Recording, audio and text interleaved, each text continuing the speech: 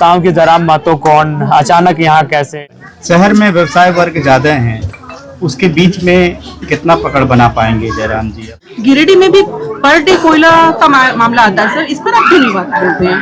नगर निकाय में पूरे प्रदेश स्तर पे कितनी जिलों में जो है जेल कैंप समर्थन? देखिए ऐसा चुनाव को लेकर भ्रष्टाचार भी बढ़ता जा रहा है, 500-200 में वोट बैंक बनाए जा रहे हैं, इस पर आप क्या कहना? अभी झारखंड राज्य में नगर निकाय का चुनाव है, जिसमें हमारा गिरिडीह जो है वो नगर निगम क्षेत्र के अंतर्गत आता है और हमारे पार्टी से समर्थित उम्मीदवार फूल दीदी हैं और निसंदेह फूल दी को सबसे पहले बहुत सारी शुभकामनाएं, ढेरों शुभकामनाएं। और उनका चुनाव चिन्ह सीसीटीवी कैमरा है और साथ ही साथ सबसे पहले मैं गिरिडीह के तमाम शहर वासियों से मेरा अनुरोध होगा कि सीसीटीवी कैमरा में अपना मत देकर फूल दी को विजयी बनावें और ये ताकि गिरिडीह की जो भी समस्याएं होंगी एक बेटी बनकर उस समस्याओं का निराकरण करेंगी और लोगों के सुख दुख में साथ खड़ी होंगी।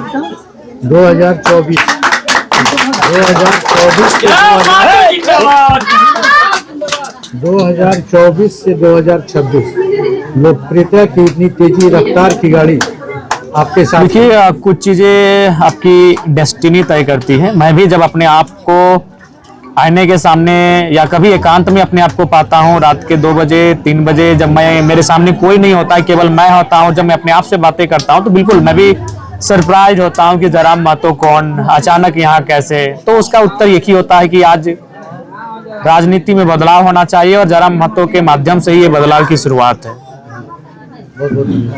जयराम जी, आज बेंगाबाद में फुटबॉल मैच था, वहां से सीधा आप गिरिडीह पहुंचे हुए हैं। जो समर्थित उम्मीदवार है जेल कैंप की फूल देवी के यहाँ, क्या लगता है कितना देख पा रहे हैं? देखिए अब फूल दी एक सामाजिक छवि इनका बहुत ही शानदार है।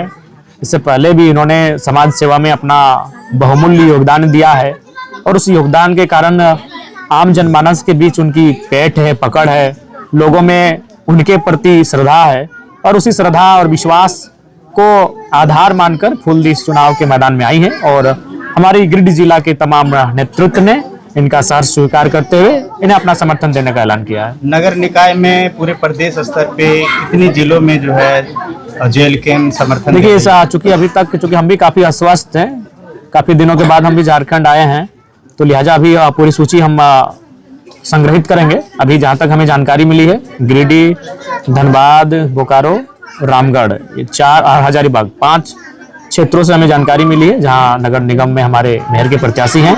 कई परिषद, नगर परिषद के, रामगढ़ तो कई परिषद है, कई परिषद और कई पंचायत के क्षेत्रों में भी हमारे प्रत्याशी हैं। सूचना मिली है, लेकिन हम 1-2 दिन में सारी सूचना को कलेक्ट करके और एक बार हम स्वयं पुनः प्रेस कॉन्फ्रेंस के माध्यम से पूरे राज्य को सूचना भी दे देंगे। शहरी क्षेत्र में कैसे देख पा रही है जेल?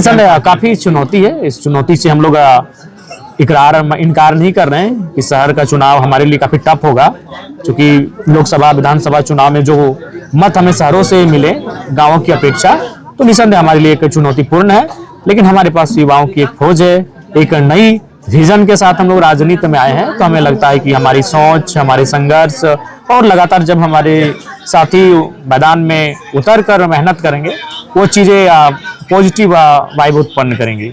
सर मेरा यह सवाल आपसे है कि बहुत सारे कार्यकर्ता हैं जो उन्होंने बयान दिया है सोशल मीडिया के थ्रू कि उन्होंने समर्थन नहीं दिया है इनको, उस पर आपका क्या कहना है सर? देखिए सामूहिक चीजें हैं, जब भी कभी कोई चुनाव आता है जो अप्रत्यक्ष लड़ा जाता है तो कभी कभी कुछ सहमति असहमति बनती है और हम लोग प्रयास कर रहे हैं जो असहमत हैं उनसे हम लोग समन्वय स्थापित करेंगे। और कुल चूंकि हर चीज लोकतंत्र की यही खूबसूरती है कि कुछ लोग असहमत भी होते हैं, कुछ लोग सहमत भी होते हैं, तो सहमत जो लोग होते हैं उनकी संख्या ज्यादा थी, वो लोग बहुमत में थे, अतः जो सहमत हुए उनके आधार पर ये निर्णय लिया गया। जो लोग असहमत हैं उनके निर्णय का उनके असहमति को भी हम लोग कहीं ना कहीं इनकार नहीं करेंगे, उनसे हम लोग समन्वय स्थापित करेंगे। शहर में व्यवसाय वर्ग ज्यादा हैं, उसके बीच में कितना पकड़ बना पाएंगे जयराम जी? हम लोग राजनीति में नए हैं और ऐसा नहीं कि हम लोग अगर किसानों की आवाज है तो हम लोग व्यवसायियों की आवाज है, झारखंड के हर एक वर्ग, हर एक तबके की हम लोग आवाज हैं और हर एक वर्ग, हर एक तबके के लिए हम लोग ग्राउंड पे आके लड़ते हैं। अभी खंडोली में कुछ दिन पहले जो आंदोलन हुआ वहां मोर्चे पर, जबकि ये क्षेत्र सरकार की पार्टी का क्षेत्र है, उसके बावजूद हम लोग डाउन टू अर्थ लोगों के बीच गए हैं, उनकी समस्याओं के साथ खड़े हुए हैं, तो हमें लगता है कि उसका फायदा हमें मिलना चाहिए। शहर से सरकार को गिरिडीह शहर से सरकार को लगभग 130 करोड़ का राजस्व प्राप्त होता है। ज्यादा कारखाने, फैक्ट्रियां, व्यवसाय क्षेत्र में समस्याएं भी हैं, उनको कैसे पहल करेंगे, टैकल करेंगे? जब देखिए, जब जनता की आवाज वहाँ बुलंद होगी, जब जनता वहाँ जागरूक होगी, तो निसंदेह वहाँ की जो समस्याएं हैं उनका निराकरण होगा। जनता जब जागरूक नहीं हो पाती है तो जो लोग गलत कार्य करते हैं, जो लोग कहीं ना कहीं वो हावी होते हैं और सही कार्य को ना हो पाए उसका प्रयास करते हैं।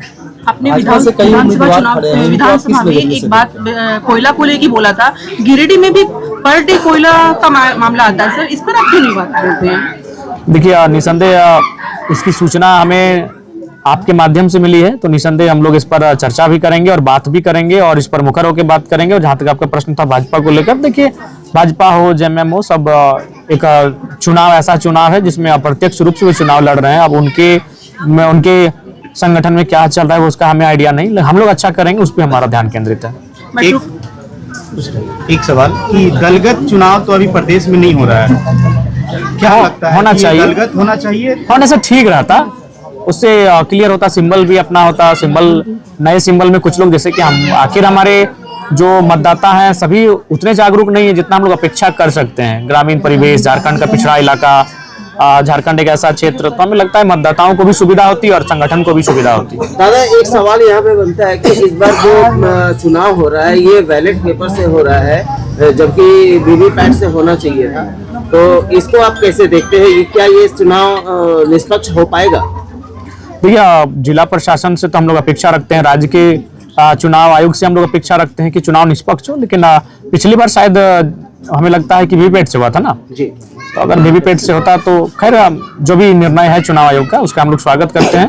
और हम लोग अपनी तरफ से भी अगर कहीं कदाचार होगी तो हमारी वहाँ नजर रहेगी, उस पर हम लोग देख रेख करेंगे। चुनाव को लेकर भ्रष्टाचार भी बढ़ता जा रहा है, 500-200 में वोट बैंक बनाए जा रहे हैं, इस पर आप क्या कहना है? जी बिल्कुल, ये सत्य है और इसे हम लोग खारिज नहीं कर सकते हैं। और जेल कैंप से बेहतर इस चीजों को कौन समझेगा, क्योंकि हम लोगों ने जिन परिस्थितियों में चुनाव लड़ा, ना हमारे पास कोष था, ना हमारे पास कार्यालय था, हम लोग केवल जनता के विश्वास के बदौलत चुनाव लड़े, हमने क्राउड फंडिंग के बदौलत चुनाव लड़े। तो वोट में जो पैसे का लेन देन होता है, चुनाव से ठीक 1-2-3 दिन पहले जो लोगों को माने संख्या के आधार पर 100-200 से लेकर 1000-2000 तक देकर उन्हें प्रलोभन देने का कार्य करते हैं, ये लोकतंत्र के लिए उचित नहीं है। हमें लगता है इस पर रोकथाम लगना चाहिए और जिनके जवाबदेही है उन्हें निष्ठापूर्वक कार्य करना चाहिए। एक आखिरी सवाल, गिरिडीह की जनता से क्या अपील करना चाहिए? गिरिडीह की जनता ने तो हमें सदैव स्नेह दिया है।